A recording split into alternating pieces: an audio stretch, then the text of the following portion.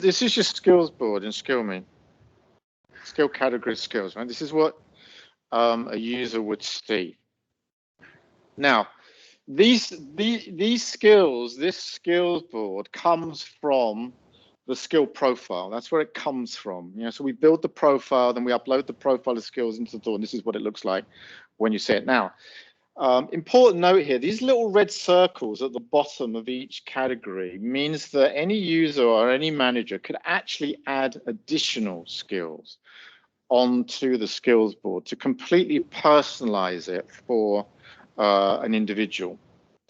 And we found that that capability, people just love that, because it means that their skills profile is made up of kind of the top-down view that you have of the things that are really, really important. And also there might be things that individual users also want to add onto their skills board because they're important to them. Maybe there's some growth mindset skills that they want to add on to things, some stretch goals that they have, or maybe they're thinking about the next role and they want to add some additional skills onto their skills board. So they can do that by just clicking on the little plus sign at the bottom of each skill category, or they could actually add a skills category in its own right over to the right-hand side. I just wanted to point that out to you so that the skills board can be completely personalized. Now, when you first come into the application, though, the skills board looks like, I'll just refresh this. It looks like this. It's kind of what we refer to as the vanilla view. It's the vanilla view of your skills board because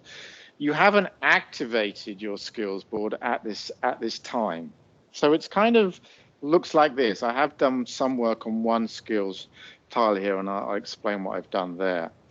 But it's waiting for you to activate it. And what does activating a skills board means? It means that what you do is that you go into the top left-hand menu here. You go into what we refer to as perspectives. You've got your skills board menu option here, perspectives and reports. I'm going to click on perspectives. And this word will be familiar to you because one of the things that you do to prepare for a Connect is that you complete your perspective. In this case, you're completing your perspective on the work that you're doing against your skills profile. And for each one of these skills, you go through the following process. And I'll just click on a skill here and I'll show you what happens. For each skill, you determine how important is this skill to me in the next period of time. That period of time might be from the last Connect to the next Connect. It might be from your last one-on-one to your next one-on-one. How important is this skill to me? Is it not important? Is it not going to be very important to me in the next period? Is it of emerging importance? Is it important or is it critical? So think about technology.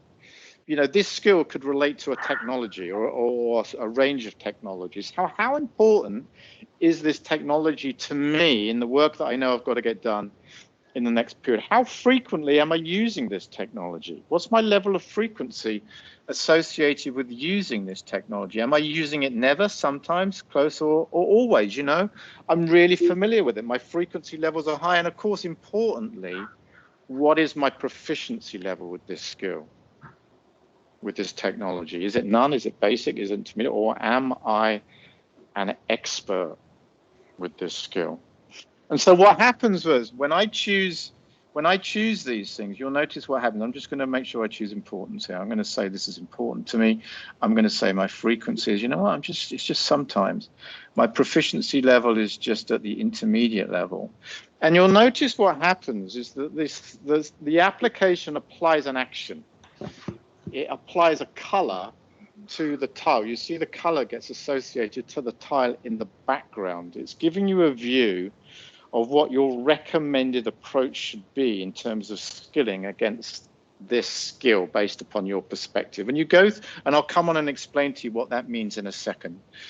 But the way you complete your perspective for each skill is you can literally go left to right, you go through it. And when you've completed your perspective for each skill, your skills board is going to look like this. In SkillMe, colors tell the story. Red skills are skills that, based on your perspective, you should stop investing time in. Amber skills are the new skills. They're emerging skills that you should start to invest some of your skilling time in. These might be new technologies. You should spend some of your time on skilling, learning more about these things. Green skills are the most important skills because green skills represent skills whereby the gap, based on your perspective, the gap between where you are, importance, frequency, and proficiency, the gap between those things and mastering a skill is at its greatest. Green skills, you should spend most of your skilling time on green skills. And purple skills are skills that you've mastered.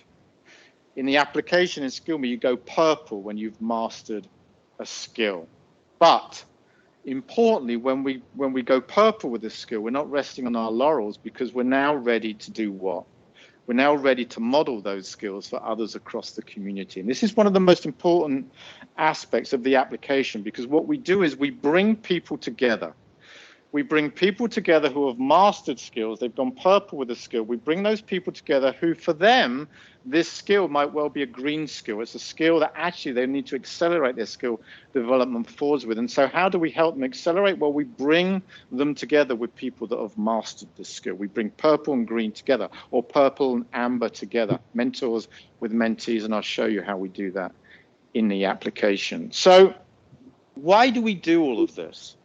Why do we go through the process of completing our perspective, activating our skills board like this? Well, we do it because what this now enables us to do is to think really carefully about what our skilling priorities should be for the next period.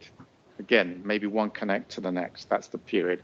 And what I'm going to do here is I'm going to pick up some of these skills, these green skills, because I know these green skills are the most important skills to me. Maybe these skills relate to technologies, the most important technology that I know that I've got to accelerate my skilling development around. And I'm just going to drag them across, and I'm going to put them over into the left-hand column. What does the left-hand column represent? It represents your priorities column. These are the skills that I'm going to prioritize to focus on developing for me over the next period of time. Green skills. And I might also add over here an amber skill as well. I'll drag that one across into my priorities column as well, because I know that I do need to invest some of my skilling time on new skills, developing new skills. So these represent my skills. Now, if you think about growth mindset, one of the most important tenets is setting and owning your own growth priorities. How do you do that? How do you do that? Well, this is how you do it. This is how you do it. This is you taking responsibility for setting and owning your own growth priorities for the next period of time. These are the skills you're going to focus on. Now, this is just half the story, because now what I'm going to do is I'm going to toggle out of the individual user view, and I'm going to toggle into the manager view. So this would be one of your managers. And your managers can do exactly the same thing. They have their skills board view of each of their team members. My team members in my team here, I can literally pull down this little dialog box and I can choose each one of my team members. And when I choose my team members, I see their skills board, and I can go ahead and complete my perspective of the work they're doing against each one of the skills. And when I refresh my skills board, when I refresh this view for each of my team members, I'm just going to go ahead and refresh this for Christy. Christy was the person whose skills board we were just working on. When I refresh my view of Christy's skills board, you'll notice that those priorities, skill priorities that Christy had prioritized for herself in her priorities column, now appear in my view of the things that Christy has prioritized. You see that?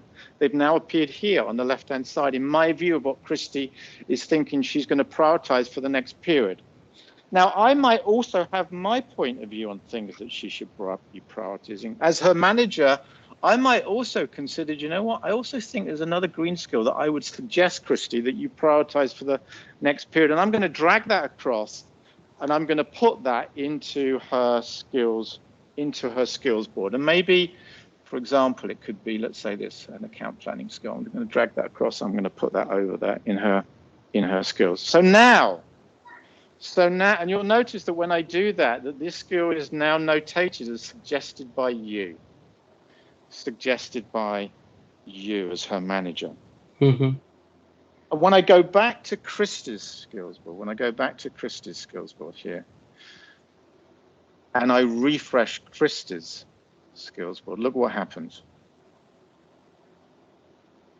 What you'll notice is that her skills board is now made up of a mixture of skills that she has prioritized by herself and also skills that have been suggested by her manager.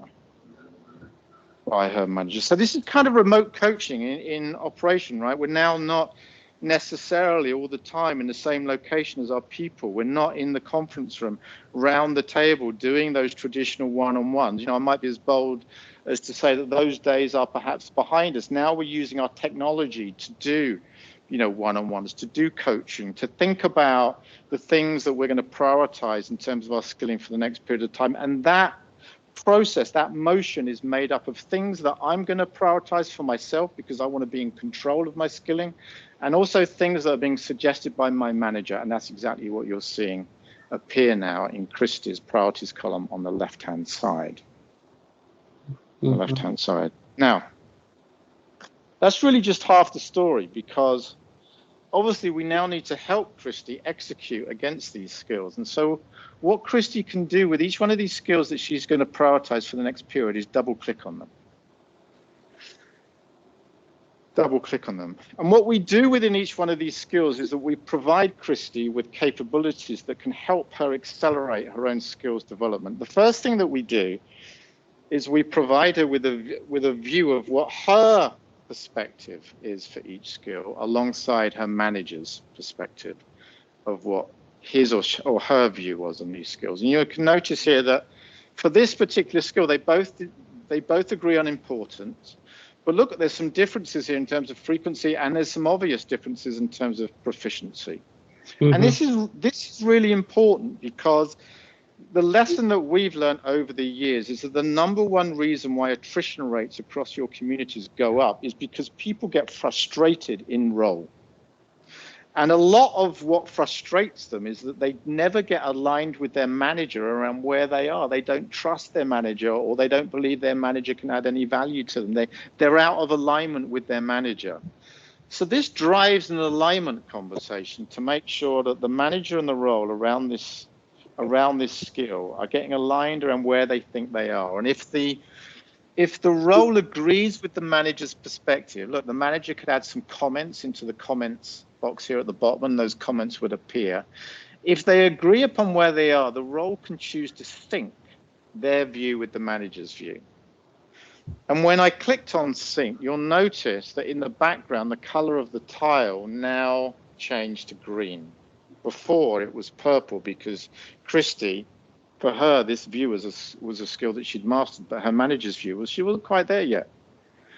And so now that's become a green skill for her, because she synced her view with her manager's view. Of course, she can choose to unsync her view if she wants to.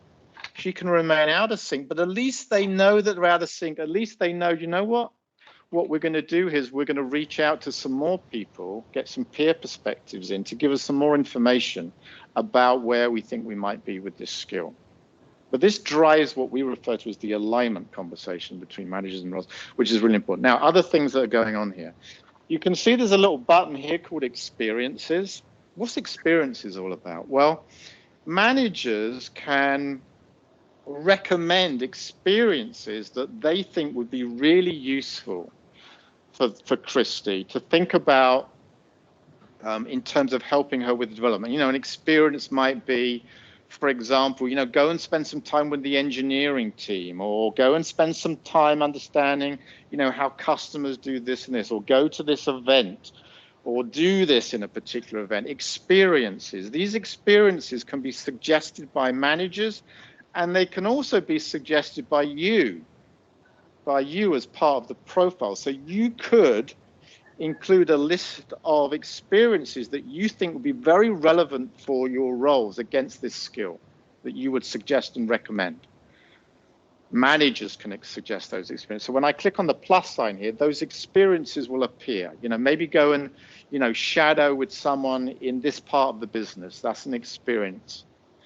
Now, coupled with that, when I click on the experts button here, remember I said at the start of the presentation that we bring together people that have mastered skills with people who, for them, this is a development skill, this is a green skill. Well, this is where we do it. When I click on experts, I get a list of experts, people from across the community who are experts in this skill. And I can click on those people in Teams, live in Teams, and I can start a chat with them. So we foster this mentor-mentee relationship, and I can access that, right? I can start that relationship right here by clicking on experts. And then finally, resources. When I click on resources, all of the learning and readiness resources associated with this skill, all those programs, all of those things that you've developed with learning and readiness, those workshops, those programs will appear here. There'll be a list of them that will appear. But what's different here is that those learning and readiness programs, those learning and readiness activities are associated with the skill. And it's this skill that Christy has prioritized that she's going to work on for the next period. So she's taken control of, her skilling journey. And to help her, we're lining up all the learning and readiness resources. And so here what you're seeing is the ability to get aligned with your manager, experiences that are being suggested by you at a corporate level or by Christy's manager, a list of experts that can help them, mentors that can help them, and also an appropriate list of resources that come through from learning and readiness, or local resources that have been added by local teams up into the application. They can see those things here. And these capabilities are available for each of the skills that have been prioritized by Christy for the next period. Now, what you get is you get all of the insight in the back end. You get all of the insight in the back end. So you know the skills that are most important to people. You know the skills that have been mastered by people. You know the new and emerging skills that are most important to your communities. You know new skills that are being added onto people's skills board. You get that breakdown by region, by area, by sub, by tenure groups. You can see all of the data. You can then feed that data into your, project management system so that you can allocate the right people on the right projects, because projects might need people who've got certain skills that they've mastered. Well, you know who the masters are because they're here, right here in SkillMe. They're right here. Okay. I have a quick question. So how do we check at the team level? Like I can see individual, but if I have to look at the overall team view at M1, M2 level, how is that possible? So when I'm for Yeah. example, when I go into the manager view here, and I'm now a manager, you see I can click on any one of my team members here. Mm-hmm. When I click on them, what happens is I can see the report, and I click on reports, and I get a reports view of what's happening with my team.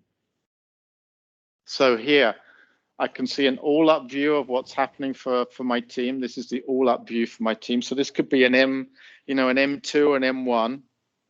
Mm-hmm. And I can also see the individual team members. So here, I could choose if I want to look at the reporting view for, any one of my team members. Here, I can just choose which team member I want to see, or I can view it at the all-up view. I can see it, we see these little charts here where I can see what's going on for my team. If I want to drill into the individual skill categories, I can drill into the individual skill categories. I can see a view for the community. I can see a view for the area. I can see tenure groups. Okay. I can drill into the individual skills themselves. And then for you at a global level, we have a Power BI report that aggregates up all of the data for you. And where is the training content itself? The training content is on a team site that we've built that you can access. It's all of the content is available on this team site. So every time we run a training session or a workshop for Microsoft, we record that, we create the content. It's all there on the No, I'm saying like assuming that the employee now goes through the training. Yes. So what is that training content? Like where would that be? Can we put from anywhere? Like we have different platforms on which we build training content. Right. Yeah. So, you can put the training content. What would be an example of a training platform? So we have learning paths. Yeah, you have learning paths. Okay, yeah. So how does that learning path integrate with this? Well, the way that the CSAM team have done it Uh-huh. is maybe a little bit different to what you might expect. So what they've done is they've taken the learning paths, all of the learning and readiness materials in the learning paths, and they've aligned that content to the skills. Okay. To the skills. So that means in this case, when Christy has prioritized a skill, the learning and readiness content that comes from that learning path is now aligned into that skill that she's prioritized. That's how they've done it. They've lined all that content up. So where does it each reflect? one of the skills. Where does that alignment reflect? Here. Well, Christy sees it when she goes into a skill. You know, when she goes into one of these skills, she can see the content. Let me give you an example here. So when I go in and I click on, let's say, resources here, you see I start to see these resources that appear here, and they're prioritized. This is where the learning and readiness roadmap resources come from. This resource comes from that learning and readiness roadmap. And what we've done in the back end is that we've linked the two together. We've linked this skill with this learning and resource in their learning and readiness roadmap. That's what we've done. And how do we create this skill itself? We create it in an application, a sister application that we have called the Creator. It's an application that enables you to create the skills profile. It's an application that enables you to create skills. And also there is a skills database that enables you to choose from skills that are already in the database from across Microsoft. And I highlight that because the more you invest in that database of skills, the more skills that you start to put into that database, obviously the more value that everybody gets from across Microsoft. So that's our Creator application that builds the profiles and the skills. And where does all this data reside? Is it within Microsoft tenant or it will be in? No, it's in our tenant, but it's only available, and our tenant sits on Azure, so it's Teams and Azure. Our tenant is on Azure, and then you have your own location within our tenant, with our tenant. Okay, so you wouldn't have access to any of the data, right? The individual's data, or would you have access? Well, we have a data privacy officer who has been certified by Microsoft. Okay. And that data privacy officer is the only person who is able to access individual level data. Nobody else is. Okay. And he has been through the Microsoft data privacy program, and he has been certified by your DPR team as the only person in our company who can access the data.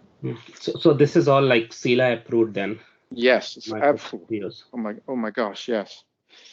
It was a long process to get the approval of CELA, the approval of the purchasing team, the approval of the security team, the DPR team. I mean, there's a lot of people that are involved that you have to go through, and they have very, very rigorous standards. And by the way, all of this is it has to be assessed by third parties that Microsoft has chosen. So that means we had to be assessed by those third parties, and they do a review, and it's a long process. If I have to export the data, does it allow me to export the readiness data? It depends what data you want. You can't, unless it's certified by the data privacy officer. You can see you can get all of the data except for individuals' data. Unless that has been certified by our data privacy officer and by a vice president at Microsoft. Got it. Okay. Yeah. So you said there is a sandbox that we could. There is a sandbox environment that we set up for this with the CSAM team. I can send you information to that, and you can access the sandbox environment, and you can play around with it. You know, you can do everything that I've done in the sandbox environment. We do refresh that environment every day. every day. So it kind of goes back to its vanilla view at the end of every day, just so that you know. And is it possible to default some readiness by the role? Yes, absolutely. Absolutely. Yeah, absolutely. So, okay, so Yes. does that happen like from a backend, or is there an option, like say? Do that in our creator application. We would show you how you would do that, and you can do that in our creator application. And you could even go as far as APIing that into your SuccessFactors system if you wanted to. Nice. Yeah. And Alan, are you the like contact for us I for am. skill for Yeah. Microsoft? Oh, okay. Yeah, I'm a Microsoft guy. I handle all of the Microsoft work. Okay, so we can directly reach out to you for any questions, right? Okay. Yeah. Yeah, I think this is really good. Thank you. Appreciate it. I think I really like the interface being so simple and easy to consume. Yeah. That's one of the, you know what, it's funny. That's one of the reasons why I think we've been successful with it. I don't know the Insights 360 application very well, but some of the feedback I get is that this is a lot more intuitive, I think people feel like. And I think that, to be honest with you, that has a lot to do with the fact it's in Teams. You know, Teams is a very intuitive, very easy to use environment. Yeah, it's just a UI over any application, right? That's how we look at Teams. So I think, this is good. I think the piece that I really liked was the sync between the manager and the IC. I think that's not there today with our Resource 360. And as part of our design for FY22, I was pushing for that they need to be an alignment between the two, especially with CSS, because we don't want randomly CSS picking the skills without their manager knowing, because that impacts the business in that area. So they have to work together. So I think they this have to one work is together. already providing that bridging. Yeah, this manager view, the IC view, it comes together. They define their priorities, and then they get aligned around those where they are. If you can give me access to Sandbox, and maybe I can take this with my manager, show her how this looks and everything, so they get an idea. And then obviously we have our readiness lead who can actually work. I think maybe they're already working with you from Worldwide Learning. Who is that person? So I would be working with Sean Norman. He probably didn't. Oh, Sean, yeah. I just spoke to him 30 minutes ago. Yeah, okay, Sean, perfect. Yeah, this is good because yes. So we are like a customer for him because he does the build out for us. We do the design of what we need and how we want to do it, and he drives the build of it, right? Okay, yeah. We had these two that we were proposing, Resource 360 and this one. So now since even I understand this, I think we will be able to brainstorm more. And then, I think this is good. This is good conversation and timely conversation. So. All right, perfect. Vijay, thank you. I appreciate your time. Thank you very much. Thanks for your time, Aaron. And I look forward to your follow-up email with details. Yeah. And also the recording link, if you can share that. I will. I'll put it onto our team share and I'll give you access to the site. You have to come on as a guest. Okay. You can come on to get to as a guest to the site, and then you can get access to everything. I'll put it there. Awesome. All right, beautiful. Thank you very much. Nice chatting to you. Bye.